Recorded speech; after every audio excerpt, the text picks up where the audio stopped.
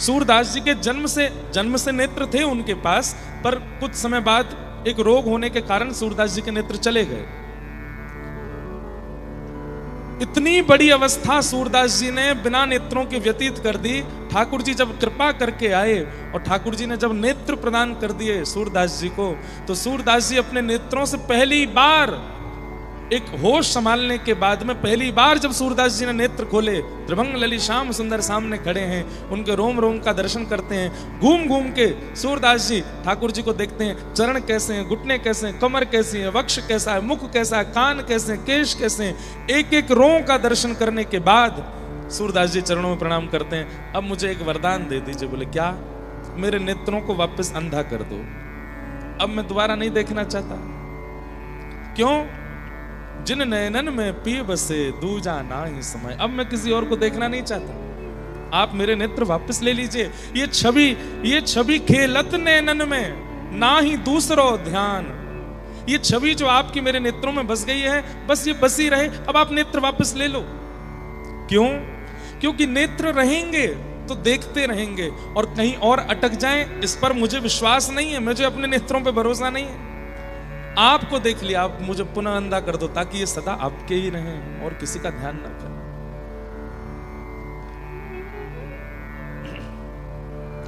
कभी कभी ठाकुर जी से मिलन मत मांगा कीजिए, मिलो मत तो मैं आपकी याद में रोऊं नाथ, मैं आपका विरह मुझे हो, ऐसी कृपा करो। बंधुओं, मिलने में तो केवल दो नेत्रों को ठाकुर जी का दर्शन होता है, पर विरह में तो रोम रोम को ठाकुर जी का अनुभव होता है। एक एक रोम पुकारता है श्री कृष्ण कैसे। इसलिए विरह बहुत आवश्यक है। आज विरह की बेला है, लेकिन हम आप सब लोग आज विरह का दिन है, हम आप सब लोग उत्सव ही मनाएंगे। आज भी गरबा उत्सव कर लेंगे, लेकिन उस गरबा के विश्राम के बाद बस ये स्मृतियां ले जाइएगा 7 दिन की अपने साथ, और इन स्मृतियों में ही रहिएगा। ये स्मृतियां ही आपकी भक्ति की पुष्टि करेंगी। और एक बात और बता दें, जब कभी भी चित्त में कोई दोष भाव प्रकट हो रहा हो, जब कभी भी चित्त में कोई दुर्भाव प्रकट हो रहा हो, उसी समय नेत्र बंद करके कथा में क्या क्या हुआ था सब याद कर लीजिएगा। ये स्मृतियां आपके चित्त को शुद्ध कर देंगी, पवित्र कर देंगी, भावों को, दुर्भावों को नष्ट कर देंगी। स्मृति में बहुत शक्ति है। और नहीं रहा जाए, नहीं रह पाओ चंडीगढ़ में, इतने ही व्याकुल हो जाओ तो फिर आ जाना गोवर्धन। 6 तारीख तक गिरिराज जी हैं, उसके बाद भी नहीं रह पाओ तो बद्रीनाथ आ जाना, कहीं ना कहीं आ जाना, पहुंच जाना। तो आज विश्राम दिवस है कथा का, कई सारे भाव आए हैं। आपने बताया था कि भगवान के आगे चिट डालकर पूछ लिया करिए जब दुविधा हो। एक बात और मैं कह दूं आपसे, ये मेरे पास ये वाला प्रश्न एक नहीं, ये रोज आए हैं मेरे पास। और अधिकतर लोगों ने क्या पूछा है पता है? कि हम जो चाहते थे ठाकुर जी ने हर बार उसके विपरीत ही बोला है, तो क्या करें? क्यों डाल रहे हो? अपनी मनमानी करनी है ठाकुर जी के आगे। ठाकुर जी अगर बोल दें ना तो ना है, ठाकुर जी बोले हाँ तो हाँ है, उनकी बात मानिए। और एक बात, कई लोगों ने आदत बना ली है, वो पानी पीऊं भी कि नहीं पीऊं ये भी ठाकुर जी से पूछ रहे हैं। तो ठाकुर जी भी चिड़ में फिर मना ही करते, मत पी, मर प्यास ही रहे। अरे तो को बुद्धि दी है, दिमाग दिया है, नेत्र दिए, हाथ दिए, पाम दिए, इतना ज्यादा पीछे मत पड़ा करो ठाकुर जी के। अब आप हर बात उनसे पूछने के लिए जाओगे, अब छोटा बच्चा होता है वो हर बात अपनी माँ से पूछता है, मैं खाना खा लूँ माँ, मैं वहाँ बैठ जाऊँ माँ, तो माँ उसको सिखाती है भाई थोड़ा डिपेंडेंट बन, सेल्फ डिपेंड भी कर, कुछ कुछ अपने आप भी कर लिया कर। अब तुझे वॉशरूम भी जाना है तो मुझसे ही पूछेगा, जाना है तो जाओ। बालक जब बड़ा हो जाता है, योग्य हो जाता है, तो माँ भी चाहती है कि वो अपने आप अपने निर्णय लिया करे। ठाकुर जी की भी मन की इच्छा रहती है कि आप भाई विवेकी हो, कथा में जाते हो, कथा सुनते हो, गुरुजनों के सत्संग सुनते हो, थोड़ा अपने दिमाग से भी अपना निर्णय लिया करो। अब ये प्रश्न पता है क्या है कि मैं रोज ठाकुर जी से पूछता हूं कि मैं ब्याह करूं कि नहीं करूं, ठाकुर जी रोज मना कर रहे हैं। ठाकुर जी यहाँ पे गुस्सा में मना कर रहे हैं, बोले अब तू गृहस्थी है, ब्याह नहीं करेगा तो कहां जाए, कर ले ब्याह, अब मुझसे क्यों पूछ रहा है। जहां ऐसी दुविधा पड़ जाती हो कि अब कुछ नहीं समझ आ रहा है, बहुत बहुत प्रयास अपने दिमाग का कर लिया, बड़े जनों से आज्ञा ले ली, फिर भी आप निर्णय नहीं ले पा रहे हैं, तब जाइए ठाकुर जी के पास। और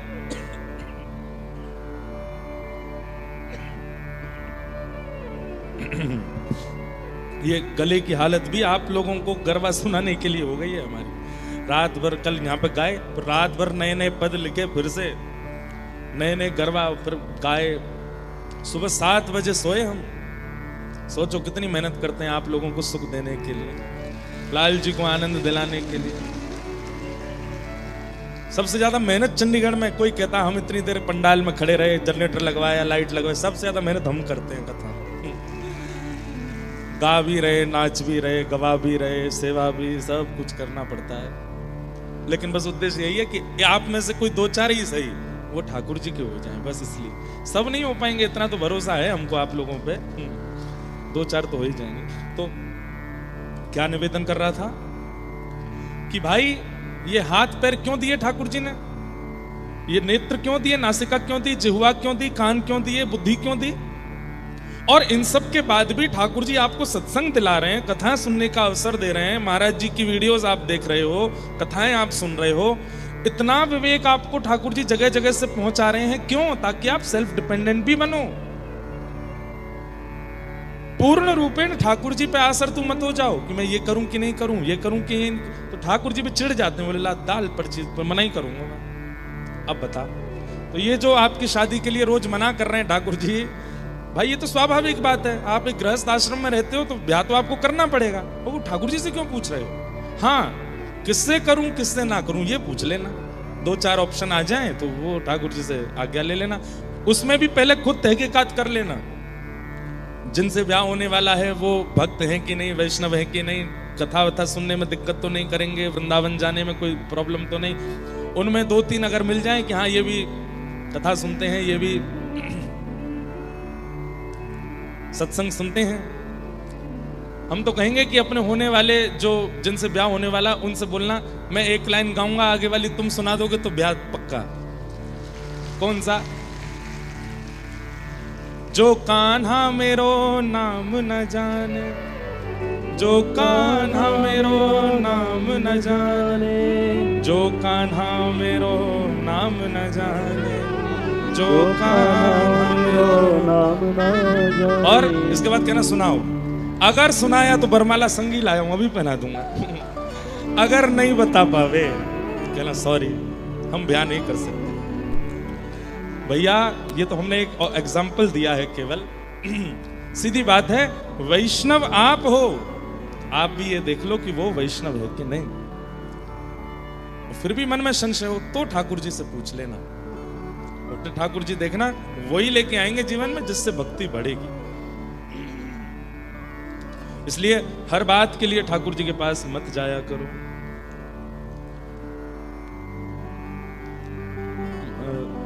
महाराज जी जीवन में सरलता नहीं आ पा रही है, श्री जी की बहुत कृपा भी है, परंतु उनके लायक नहीं बन पा रहे हूं। कुछ दिन सब कुछ बहुत अच्छे से होता है, कुछ दिन जबरदस्ती करनी पड़ती है।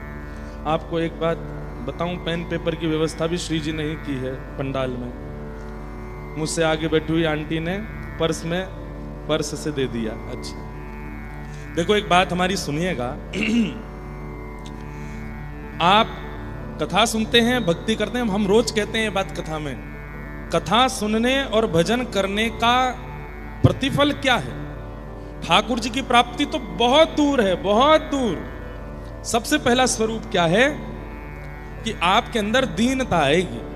तृणादपि सुनीचेन, अपने आप को आप तृण के समान मानने लग जाओगे। और अगर ये भाव आपके चित्त में नहीं आ रहा है, अपने आप को दीन, अपने आप को सरल, अपने आप को सहज अगर आप नहीं मान रहे हो, तो इसका मतलब अभी भजन अच्छे से हो नहीं रहा है आपका। या फिर भजन तो होता है लेकिन किसी वैष्णव का अपराध भी होता है। भजन तो होता है, अब कहो तो कथा में आके हमारे प्रति अपराध कर रहे हैं कि कथा तो बढ़िया है, ये है, यहाँ तो ऐसे होता है, महाराज जी विलंब से आए कथा में, यूं हो रहा है, त्यों हो रहा है, ऐसे हो रहा है। कहीं ना कहीं आपसे कोई अपराध वैष्णव बन रहा है, या फिर आपका भजन जो है वो आलस्य पूर्ण हो रहा है, इसलिए दीनता, सरलता जीवन में नहीं आ रही है। क्योंकि भजन का सबसे पहला फल यही है कि व्यक्ति अपनी मान प्रतिष्ठा, यश, वैभव, कीर्ति और अपनी स्थिति से नीचे उतर आता है। अगर वो नीचे नहीं उतर करके आया है तो इसका मतलब है कि अभी भजन फलीभूत हुआ नहीं। कल कृष्णदास भैया आए थे, उन्होंने एक इतनी अच्छी बात बताई। उनके पूज्य गुरुदेव श्री चंद्रशेखर दास बाबा, जिनको पूरा व्रजमंडल प्रणाम करता है, बंगाल का शरीर था, लेकिन महाराज जी की देखो अब ये छोटी छोटी हरकतों से पता चलता है कि वो नाम और उनका भजन कैसा है। बोले महाराज जी कीर्तन चल रहा था और एक स्पीकर रखा है इतना दूर, जितना दूर वो कूलर है, और यहां बैठ के कीर्तन चल रहा है। अब बाबा के आने का रास्ता है ऐसे, यूं आकर के इधर बैठना है। तो कहते हैं कि वो ऐसे नहीं आए हैं, ऐसे घूम करके आए। तो सबने पूछा आप आगे से महाराज जी पधारो। तो क्या बोले? बोले वो स्पीकर में से नाम ध्वनि निकल रही है, मैं उसको लांग करके नहीं जाऊंगा, घूम करके जाऊंगा। उसको कैसे लांग सकते हैं? नाम प्रकट हो रहा है। आप नाम को शब्द कैसे मान सकते हो? नाम को स्वर कैसे मान सकते हो? वो साक्षात किशोरी जी हैं। जब कोई राधा कहता है तो इस स्पीकर से जब ध्वनि निकली है तो साक्षात किशोरी जी अष्ट सखियों के साथ निकल पड़ी हैं। आप बीच में कैसे काट के जा सकते हो? ये बात कल उन्होंने बताई तो मन में भाव आया कि संत चरण कितना भाव रखते हैं और हम कहां बैठे हैं, हम किस स्थिति में हैं। नाम जापक व्यक्ति के चित्त में, स्वभाव में, व्यवहार में, क्रिया में, विचार में, सोच में, सब में परिवर्तन आने लगेगा। और सबसे विशेष परिवर्तन वो झुकने लगेगा, उसके अंदर दीनता आ जाएगी, सरलता आ जाएगी, विनम्रता आ जाएगी। और अगर वो विनम्र नहीं हुआ है, नाम जपता है 2-2 लाख, तो केवल आडंबर कर रहा है, नाम नहीं है। क्योंकि नाम कृपा करता है। बंधुओं, जब श्री राधा बोलते हो ना, कितनी बार बोलना है ये तो आप अपने गुरु आज्ञा मान लीजिएगा। गुरु जी कहे इतना इतना तो उतना करिए, बाकी हमारी मानो। तो एक बार भी बोलो तो कैसे बोलो? श्री राधा। बस ये श्री राधा शब्द बोलते ही आपका नेत्र बंद हो जाए। सघन कुंज है, सघन कुंज में सुंदर सेज है, सेज के एक तरफ ललिता, एक तरफ विशाखा, यहाँ चमर डुरा रही हैं, यहाँ मोर चली कर रही हैं, सामने अष्ट सखियां सब हाथ में कोई पुष्प लेके खड़ी हैं, कोई गजरा लेके खड़ी हैं, कोई पान लेके खड़ी हैं, कोई पीकदानी लेके खड़ी हैं, कोई पंखा जल रही हैं। तो सब अष्ट सखियों के मध्य में श्री किशोरी जी विराजमान हैं। कमल जैसे नेत्र हैं, अत्यंत सरल, अत्यंत सहज, अत्यंत विनम्र हैं श्री किशोरी जी। उनका रूप देख करके नेत्र अश्रुओं से भराते हैं। श्याम सुंदर एक टेर लगा करके किशोरी जी को देखते रहते हैं। श्री राधा एक बार कहते ही इतना सब चिंतन होने लगा, आपका नाम आपको विनम्र बनाने लग जाए। लेकिन हम क्या करते हैं? राधा राधा राधा राधा, बस बोलते रहते हैं, बोलते रहते हैं। उसमें कुछ विचार ही नहीं है, कोई भाव ही नहीं है। कृपा तो नाम तब भी करेगा कि आप बिना किसी भाव के करो, लेकिन अगर इस प्रकार से आप विचार करोगे, और हर दिन नया। आज नाम कीर्तन में क्या विचार किया? यमुना का तट है, किशोरी जी चल रही हैं, नूपुरों की ध्वनि आ रही है, संत रसिक जन चारों ओर खड़े हैं, किशोरी जी की मधुर झांकी का दर्शन कर रहे हैं। श्याम सुंदर आगे आगे चल रहे हैं, अपने मुकुट से ऐसा एक पहरा कर रखा है ताकि सूर्य की किरण श्री जी के चरणों में ना पड़े। तो ठाकुर जी ऐसे अपना मुकुट करके चल रहे हैं कि किशोरी जी के चरणों में छांव होती जा रही है। कभी ले जाओ गिरिराज जी, आज गोवर्धन की तलहटी है, गिरिराज जी खूब विशाल हैं, ऊपर से झरना गिर रहे हैं, छोटे छोटे उसमें गुफाएं हैं। किसी गुफा में श्री जी के लिए ठाकुर जी ने भोजन की व्यवस्था की है, किसी गुफा में श्री जी के साथ ठाकुर जी चौसर खेलने के लिए विराजेंगे। इस सब व्यवस्था ठाकुर जी ने की है, वह श्री जी की प्रतीक्षा कर रहे हैं। किशोरी जी आई हैं, आते ही ठाकुर जी ने पहले प्रसाद पवाया है। किशोरी जी के मन भयो कि कछु फलन को रस पीनो है, तो ठाकुर जी फल के रस की व्यवस्था कर रहे हैं। अब किशोरी जी को चौसर खिलाने ले गए हैं, वहां से किशोरी जी के संग रास विहार कर रहे हैं, और फिर लौट करके ठाकुर जी किशोरी जी को बरसाना तक छोड़ते हैं, फिर नंद भवन जाते हैं। अब आप ये सब चिंतन नित्य नित्य नए नए करके नाम करोगे, आपका नाम फल नहीं देगा? निश्चित देगा।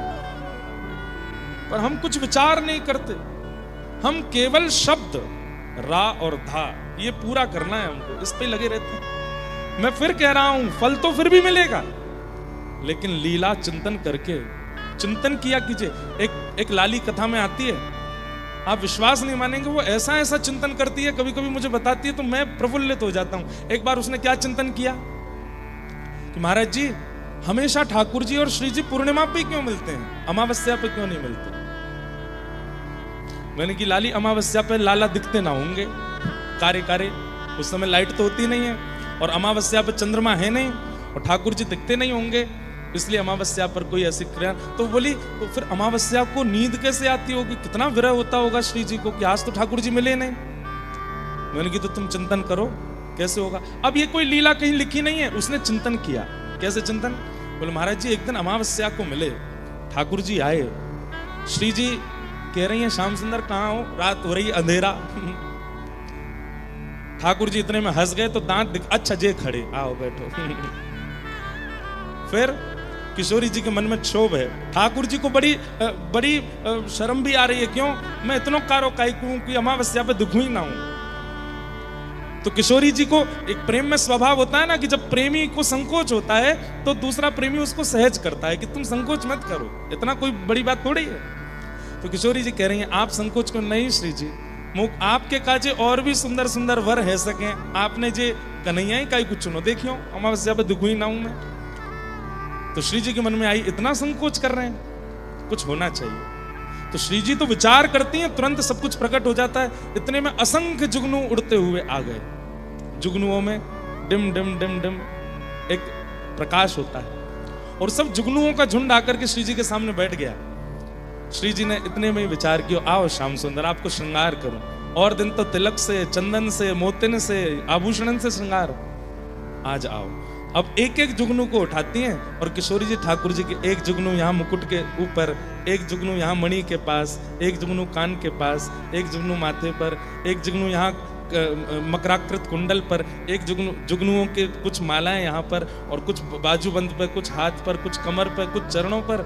जैसे ही जुगनून ते श्रृंगार कियो, ठाकुर जी मंदम मंदम श्याम सुंदर ऐसे मधुर लग रहे हैं, पीली पीली डिम डिम वो जुगनुओं की प्रकाश से इतने आनंदित हो रहे हैं। किशोरी जी इस रूप को देख करके बलैयां ले रही हैं। तभी चंद्रमा ने विचार किया, अरे अमावस्या तू कितनी निर्दयी है, तू ठाकुर जी के और श्री जी के सुख के लिए प्रकट ना हो सके, तू पूर्णिमा को ना ला सके। तभी चिंतन देखिए,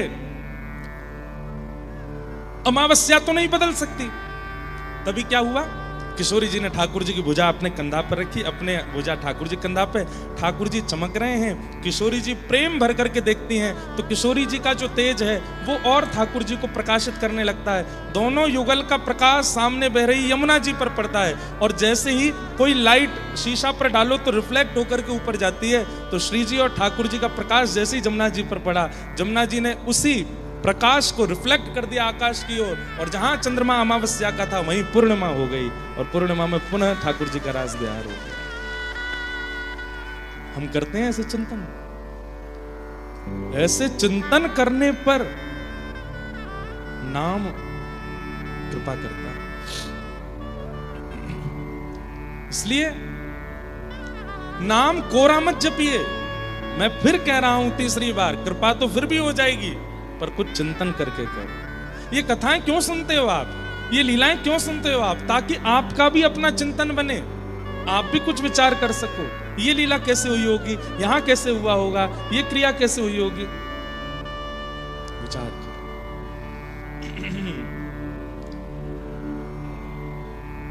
तो जीवन सरल भी बन जाएगा और जीवन में जो ठाकुर जी के लायक बनने की स्थिति है ये तो कभी नहीं आ सकती। हम ठाकुर जी के लायक हैं ये भाव तो कभी आएगा ही नहीं और आना भी नहीं चाहिए।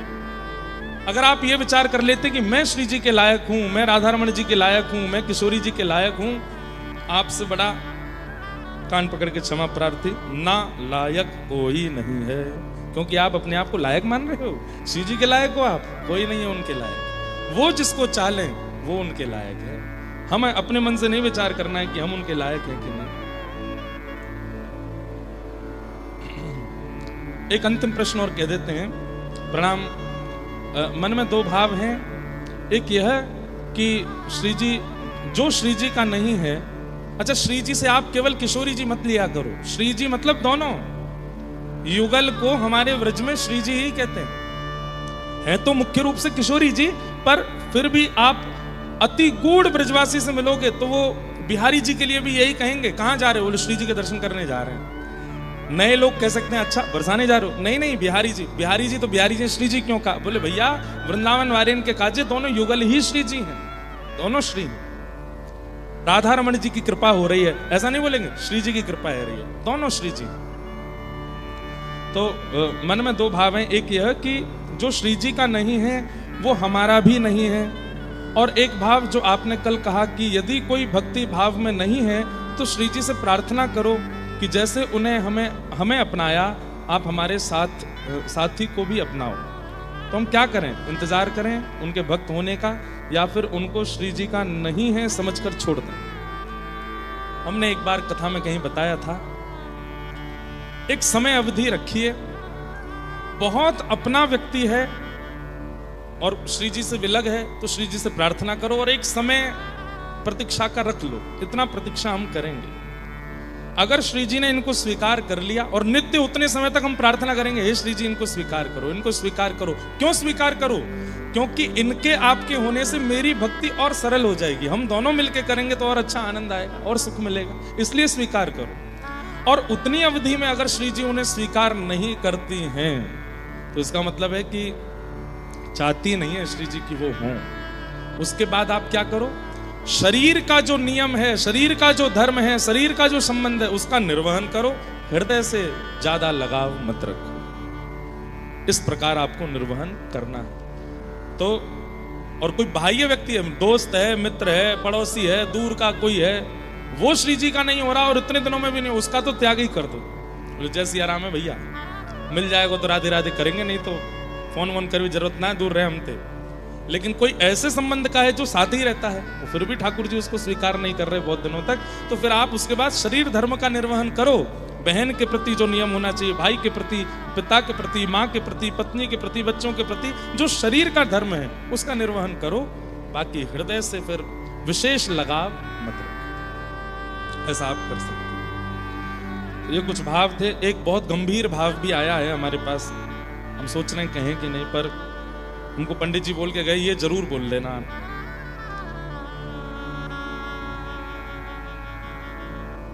कोई बहन का शायद प्रश्न है कि उनके जो पतिदेव हैं वो 5 महीने पहले ही भगवत धाम प्रस्थान कर गए, और उनका भी श्री जी से बहुत प्रेम था। अब घर के लोग तो कहते हैं कि आप आगे बढ़ो, लेकिन मन वहीं रुक गया है, विचार नहीं कर पा रहे, रहा नहीं जाता, कैसे रहें। 7 वर्ष साथ में थे, उसके बाद अभी 5 महीने पहले उनका भगवत धाम गमन हो गया। अब क्या करें? ऐसी स्थिति में एक विचार देखो, आध्यात्मिक भाषा कई बार ना बड़ी कड़वी होती है। सेम यही प्रश्न मीराबाई से एक ने किया था। आज ही मैं अभी जब आ रहा था, गाड़ी में ही पढ़ता हुआ आ रहा था कि भक्तिमती मीराबाई जब द्वारिका में विराजमान हुई, अभी हम कथा सुनेंगे, तब एक व्यक्ति का बिल्कुल 11-12 वर्ष का बालक खत्म हो गया, और वो व्यक्ति इतना ज्यादा परेशान, इतने भार में इस बात से कि मैं अपने बालक को बचा क्यों नहीं पाया। इसी भार के कारण उस व्यक्ति के मन में बार बार ये भावना आने लगी कि मैं विरक्ति ले लूं, मैं संन्यास ले लूं, मैं सब छोड़ दूं। आप सबको हमारी आवाज आ रही है ना? हाँ, तो ध्यान से सुनो सब लोग। अब वो व्यक्ति इतना परेशान रहने लगा, मैं क्या करूं, क्या ना करूं। तो घूमता हुआ तीर्थों में जा रहा था, तब वो जब मीराबाई का नाम सुना तो द्वारिका में उनके पास गया, और उनसे जाकर के भी उसने यही बात कही कि मेरा पुत्र चला गया और मैं तब से बहुत विचलित हूं, मैं क्या करूं। अब देखिए आध्यात्मिक भाषा कैसी है। हम किसी भी व्यक्ति के जाने पर, आप ये मत सोचिए ना कि मैं मंच पे बैठा हूं इसलिए ज्ञान दे रहा हूं। मेरे जीवन में भी कोई घटना, भगवान ना करे कभी घटेगी, मुझे भी पीड़ा होगी, मैं भी पीड़ित होऊंगा, मैं भी रोऊंगा, मुझे भी वो व्याकुलता होगी। लेकिन हाँ, इतना विश्वास कर सकते हैं कि ठाकुर जी की कथा कहते कहते कहते पीड़ा को पूरे जीवन पर हावी नहीं होने देंगे। पीड़ा होना, पीड़ा आना, किसी व्यक्ति का विरह होना, ये स्वाभाविक बात है, पर उस पीड़ा से अपने पूरे जीवन को विध्वंस कर देना, अपने आगामी जीवन को भी नष्ट कर देना, बिल्कुल एकांत में बैठ करके और ना खाना पीना, बिल्कुल इस प्रकार की स्थिति में आ जाना, ये उचित बात नहीं। पीड़ा सबके जीवन में आती है, कहीं छोटी, कहीं बड़ी, कहीं ज्यादा, कहीं कम।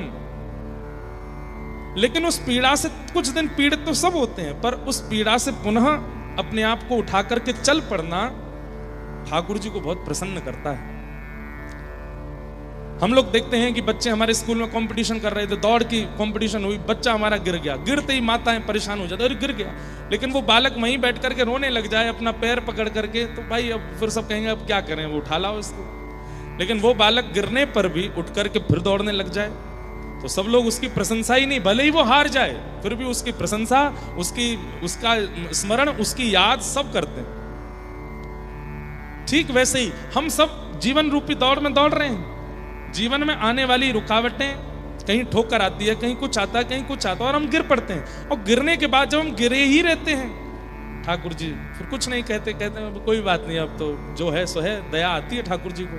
लेकिन जब गिरने के बाद हम पुनः उठ जाते हैं, रक्त निकल रहा है, चला नहीं जा रहा है, दौड़ा नहीं जा रहा, फिर भी परिश्रम करते हैं, फिर भी चलते हैं, ठाकुर जी भावुक नेत्रों से हमारा स्वागत करते हैं, हृदय से लगाते हैं। जीवन में जो भी परिस्थिति आई वो तुम्हारे प्रारब्ध के कारण आई है, लेकिन फिर भी तुम रुके नहीं, फिर भी तुम हारे नहीं, फिर भी तुम थमे नहीं, चल पड़े, निकल दिए, इसलिए मुझे अति प्रिय।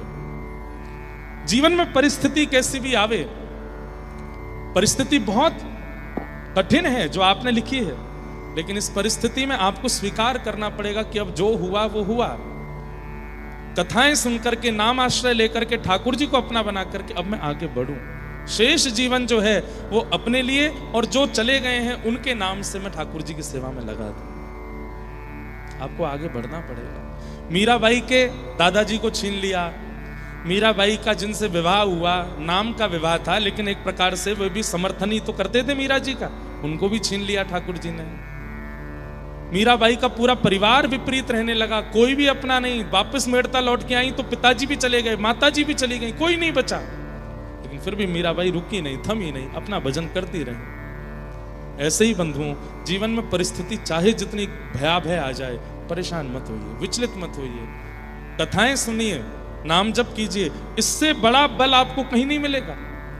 और इस बल को लेकर के चल पड़िए, निकल दीजिए, ज्यादा उसका विचार मत कीजिए, चिंतन मत कीजिए। ठाकुर जी ने शायद कुछ विचार किया है, उसको सोच करके आगे बढ़ दीजिए।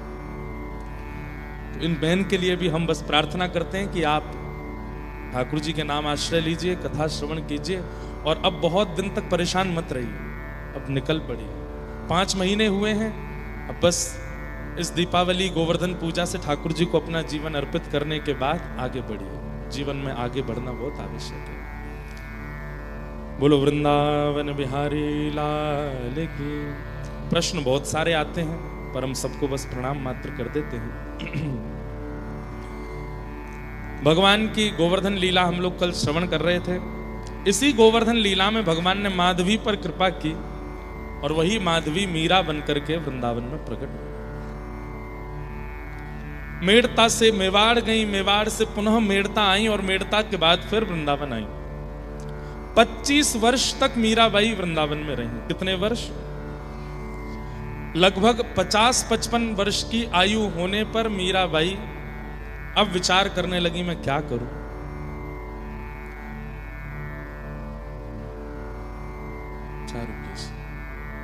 और मीराबाई को एक दिन स्वप्न आया। बहुत ध्यान से सुनिए सब लोग। और मीराबाई ने स्वप्न में क्या दर्शन किया कि देव की मैया वसुदेव जी, जिनको वो अपना सास ससुर मानती हैं, मानती नहीं है ही, कलिकाल में भगवान ने मीराबाई से ब्याह किया है। तो मीराबाई के स्वप्न में आया कि देवकी और वसुदेव वो दोनों आपस में चर्चा कर रहे हैं कि 16,108 नहीं 16,109 बहुएं हैं हमारी, एक माधवी भी तो है। ये स्वप्न में देख रही है मीराबाई। तभी देवकी मैया कहती हैं, नहीं नहीं 108 ही हैं, 16,108 ही हैं। बोले क्यों? बोले एक तो ससुराल में ही नहीं आती ना, वो तो कहीं और रहती है, जो ससुराल में रहे उसी को तो हम बहू मानेंगे। ये बात स्वप्न में देखने के बाद मीराबाई उठ बैठी। ध्यान से सुनिएगा। और मन में विचार करने लगी कि ये संकेत है मुझे कि अब मुझे ससुराल की ओर जाना चाहिए। और मीराबाई ने मन बना लिया कि अब मैं वृंदावन से द्वारिका जाऊंगी। और 22 निकल पड़ी। वृंदावन की स्थिति उस समय बताते हैं, या तो ठाकुर जी के मथुरा गमन पर वृंदावन इतना रोया होगा, या 25 वर्ष बाद आज जब मीराबाई वृंदावन से जा रही हैं, पूरे वृंदावन के संत वैष्णव भक्त ब्रजवासी सब भावुक हो गए। कईयों ने आकर के प्रार्थना की। अच्छा, मीराबाई ने किसी को स्वप्न नहीं बताया, बस चल पड़ी। कईयों ने आकर के प्रार्थना की, है भाई साहब आप ब्रज को कैसे छोड़ के जा सकती हैं, यहां तो आपके प्राण बसते हैं। भाई साहब कहती हैं मेरे प्राण यहां बसते हैं, पर मेरे प्राणनाथ भी तो ब्रज से गए हैं, उनके भी तो प्राण वृंदावन में बसते थे। और शायद यही संकेत था कि अति प्रिय वस्तु, अति प्रिय स्थान, अति प्रिय व्यक्ति, कभी कभी उससे थोड़ी दूरी करनी चाहिए ताकि उसके प्रति प्रेम और प्रगाढ़ हो सके। आपको क्या लगता है कि वृंदावन छोड़ने में मेरी हालत खराब नहीं होती? मुझे बहुत पीड़ा है, मैं शायद जीवित ही ना रह पाऊं। ये वो वृंदावन है जिस वृंदावन के मार्ग की ओर चलती हुई मैं मूर्छित हो जाती हूं। उस वृंदावन से दूर जाना मेरे लिए बहुत पीड़ादायी है, लेकिन मुझे कोई संकेत हुआ है जिसके कारण मुझे द्वारिका जाना पड़ेगा। और बार बार वृंदावन को प्रणाम करती हैं, रज को प्रणाम करती हैं, यमुना जी को प्रणाम करती हैं, गोपेश्वर महादेव को प्रणाम करती हैं। कहते हैं आज पशु पक्षी जीव जंतु यमुना जी सबका कलरव शांत है, क्योंकि मीराबाई जा रही है। कई लोग बहकाते भी हैं भाई साहब को, आज तक आपके साथ अच्छा हुआ क्या है भाई साहब? 10-12 वर्ष की आयु में आपका विवाह हो गया, ठाकुर जी ने क्यों नहीं रोका आपका विवाह? ऐसे कुल खानदान में विवाह हुआ जहां ननद सास देवर सब आपके साथ उत्पीड़ना करते, क्यों नहीं रोका ठाकुर जी ने? अरे आपके पति जिनसे आपका विवाह हुआ, उनके संरक्षण में कम से कम आपका भजन तो बनता था, उनको भी कुछ साल बाद आपसे छीन लिया, विधवा कर दिया आपको। क्यों नहीं आए ठाकुर जी आपकी रक्षा करने? इतना सब कुछ आपने सह लिया, आपका परिवार पूरा उजड़ गया, सब छोड़ छाड़ करके यहां वृंदावन में आकर के रहने लगी। यहां पर भी इतनी पीड़ा, इतने संकट, इतने विरह, इतना सब कुछ आपके जीवन में, क्यों नहीं आते ठाकुर जी? अरे अपने जीवन के 50 दशक पूरे कर चुकी हैं आप, अभी तक ठाकुर जी ने कृपा नहीं की। कितना लोगों ने बहकाया मीराबाई को, और बाई सा कहती हैं जैसे राखे तैसे रहूंगी, इससे भी ज्यादा अगर वो कुछ करेंगे मेरे साथ मुझे वो भी स्वीकार है, पर उन्हें नहीं छोड़ूंगी। उनके बारे में कुछ अनर्गल विचार नहीं ला सकते चित्त में। हम आप सबकी भक्ति कैसी है, हमारी अनुकूलता के जरा सी विपरीतता अगर प्रकट हो जाती है, हम ठाकुर जी के भजन में अविश्वास प्रकट कर देते हैं। पर बाईसा ने तो जीवन भर केवल कष्ट देखा है, लेकिन फिर भी अविश्वास नहीं लाई अपने चित्त में, और क्या गाने लग गई? जहां बिठावे तित ही बैठूं, और अंत में तो ऐसा शब्द बोल दिया कि अब इसके बाद बोलेंगी क्या? बेचे तो बिक जाऊं, मीरा दासी जन्म जन्म की, फिर भी चाहे जो हो जाए मैं तो बार बार बलि जाऊं, मैं तो गिरधर के घर जाऊं, मैं तो गिरधर। भाई साहब की एक बात सुनिएगा बंधु, अगर इन विपरीत अवस्थाओं से मैंने कृष्ण को छोड़ दिया होता तो मैं ये बात मान लेती कि वो भी मुझे नहीं चाहते हैं। इन लोगों के बहकावे में आकर के विपरीत अवस्थाओं से अगर मैंने उनका त्याग कर दिया होता तो मैं ये मान लेती कि शायद वो भी मेरा चयन नहीं कर रहे हैं। पर इतनी अव्यवस्था, इतनी विपरीतता, इतने बहकावे, इतने लोगों के कहने ताने आने सब सुन करने के बाद भी मेरे चित्त में उनके प्रति प्रेम नहीं घटता है, इसका मतलब वो भी मुझसे प्रेम करते हैं। मैं कैसे छोड़ सकती हूं उनको? मेरे साथ चाहे जो कुछ हुआ हो जीवन में, मेरे चित्त में कभी आया ही नहीं कि मैं उन्हें छोड़ दूं। अरे एक भक्त का स्वभाव होता है, वो अपने जीवन में घटने वाली घटनाओं को अपना प्रारब्ध मानता है। ठाकुर जी नहीं भेज रहे हैं उसके जीवन में कष्ट, बल्कि उन कष्टों से जूझने वाला जो बल है वो ठाकुर जी उसको दे रहे हैं। बाकी जो भी उसके जीवन में आ रहा है वो उसका प्रारब्ध है। बाईसा कहती है मेरे साथ जो हुआ सब मेरा प्रारब्ध है, ठाकुर जी इसमें दोषी नहीं है, बल्कि उन्होंने तो मुझे बल दिया लड़ने का, जूझने का और हर स्थिति से आगे निकलने का। मैं उनको कैसे छोड़ सकती हूँ। और मीराबाई का आगमन द्वारिका में हुआ। जैसे ही द्वारिका पहुंची है महाराज, सबको तो नर नारी दिख रहे हैं, पर बाईसा को अरे घूंघट कर लेती हैं। सक में सखियां खड़ी, आप घूंघट क्यों कर? बलभद्र जी जा रहे हैं सामने से, बलराम जी जेठ जी हैं हमारे, जेठ जी जा रहे हैं। सब सखियां कहती हमें तो दिख नहीं रहे। अरे वो गए ना, अरे वो सामान्य व्यक्ति हो। नहीं नहीं, बलभद्र जी हैं।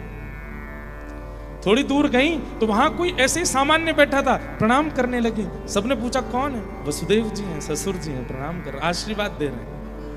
बोलने लगती हैं आप आशीर्वाद नहीं देंगे? मैं इतने वर्ष बाद आपकी बहू आई हूं। सुनने वाले भी चौंक जाते हैं, कैसी बात करती है। बंधु एक बात तो समझनी पड़ेगी, भगवान स्वयं अपने भक्तों का परिचय देते हुए कहते हैं, वाक् गदगदा द्रवते यस्य चित्तम रुदत्य भिक्षणम हसति क्वचिच्च विलज्ज उद्गायत नृत्यते च मदभक्ति युक्तो भुवनम पुनातु। अपने भक्त का परिचय देते हुए ठाकुर जी कहते हैं मेरा भक्त कौन है? बोले वाक् गदगदा द्रवते यस्य चित्तम, जिसकी वाणी कभी गदगद हो जाती हो, जिसका हृदय कभी द्रवित हो जाता हो, जिसके नेत्रों से कभी भी आंसू आ जाते हो, जो कभी भी मेरे कीर्तन का स्मरण करके नृत्य करे, कभी भी हंसने लगे, कभी भी रोने लगे, जड़ चेतन किसी से भी बात करने लगे, मदभक्ति युक्त, मेरा भक्त है। संसारी भाषा में उसको पागल कहते हैं जो इस प्रकार की हरकत करता है, परंतु ठाकुर जी कहते हैं वो मेरा भक्त है, क्योंकि मेरे भक्त की स्थिति ऐसी हो जाती है, वो जड़ चेतन किसी को अन्य नहीं मानता, एक ही मानता।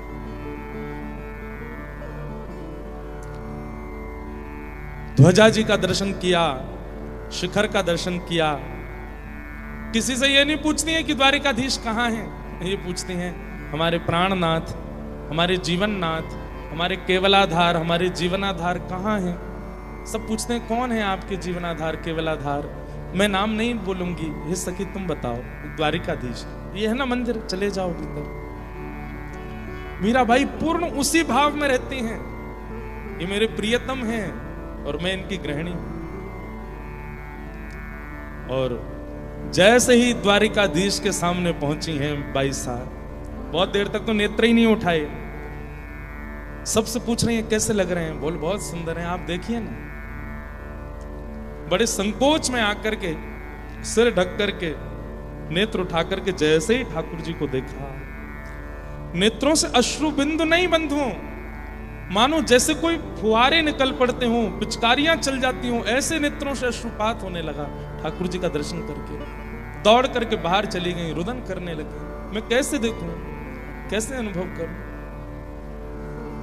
सखियां बहुत समझाने लगी, लेकिन वो सामान्य बातों से समझती नहीं थी। तब उनको लीला की बात ही कहनी पड़ती थी। आप रोएंगी तो उनको कितना कष्ट होगा, आप उनकी गृहिणी है ना, आप रुदन करेंगी तो कितनी पीड़ा में आ जाएंगे। ये सुनकर के बाई सा समझ जाती, हाँ नहीं उनको पीड़ा नहीं देनी, उनको तो सुख देने आई हूं, चलिए ना दर्शन करो।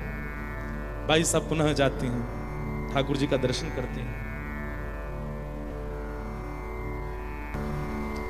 भगवान की जितनी पत्नियां हैं सब आती हैं, लेकिन बाकी सबको लगता है कि सामान्य कोई कन्या आई है, सामान्य कोई स्त्री आई है, पर बाई साहब पहचान जाती हैं कि ये सामान्य नहीं है, ये मित्रवृंदा है।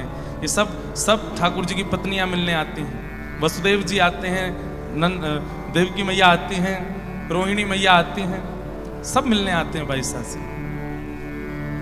कहते हैं एक बार महादेव भी आए और महादेव ने आकर के बाई साहब को फिर कुछ भाव सुनाए, उससे बाई साहब अति प्रसन्न हुए।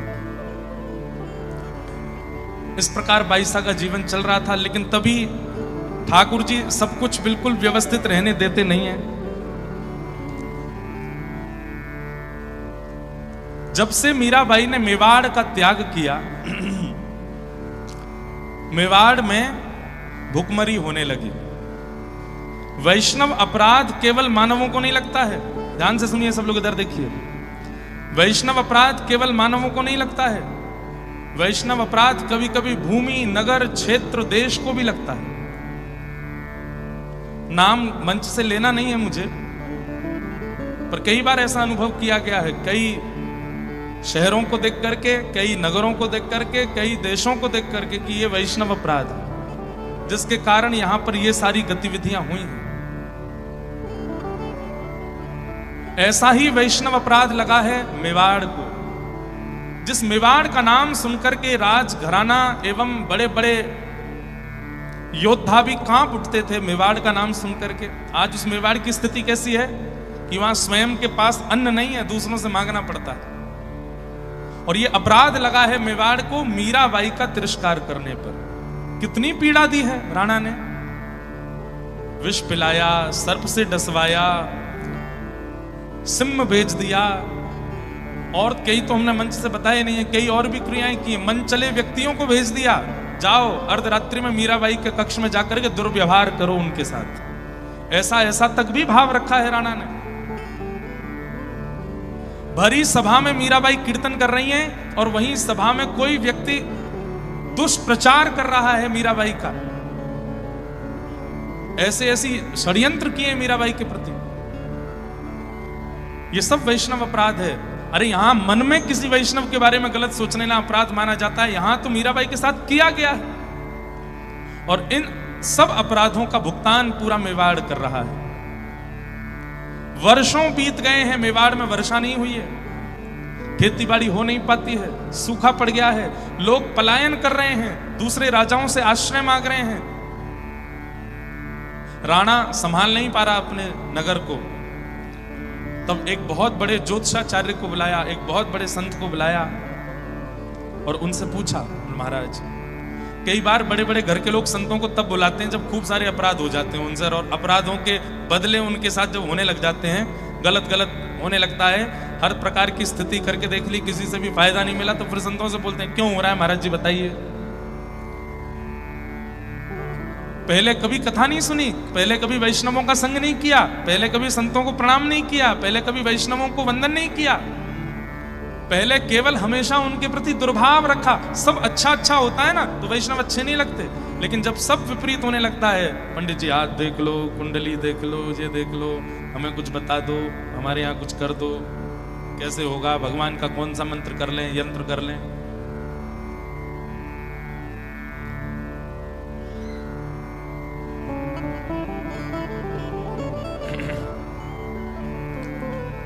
संपूर्ण मेवाड़ में भुखमरी हो गई और संत ने आकर के बताया, बोले कि इस पूरे मेवाड़ को एक वैष्णव का अपराध लगा है। राणा बोला कौन वैष्णव? बोले मीराबाई।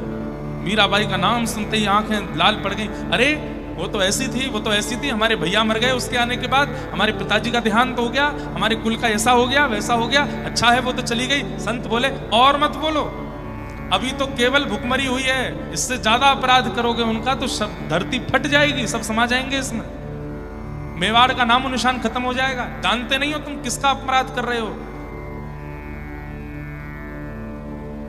तब राणा को जब इतने संतों ने और भक्तों ने समझाया, तब जाकर के उसके मन में थोड़ी बात आई। बोले अब कैसे दूर होगा ये अपराध? बोले अगर मीराबाई मेवाड़ को क्षमा करेंगी और यहां आकर के फिर से रहने लग जाएंगी तो ये संभव है।